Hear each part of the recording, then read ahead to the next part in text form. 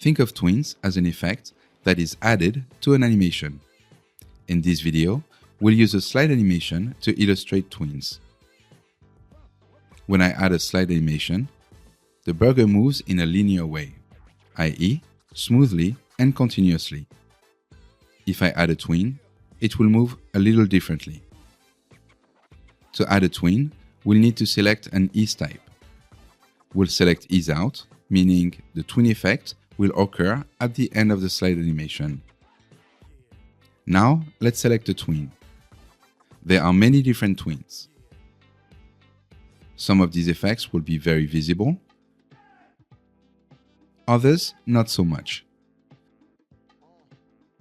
This depends on three factors. 1. The animation or animations selected up top. 2. The ease type selected.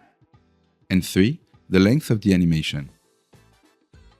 Here is a visual representation of all tweens based on this example, i.e., a slide animation with an ease out for a length of 2 seconds. Using tweens is a great way to make your animations look more sophisticated. Since there are a lot of options available to you, it is recommended to play around with them until you find a combination that works best for your design and or layout. For a more technical illustration, click the link in the description.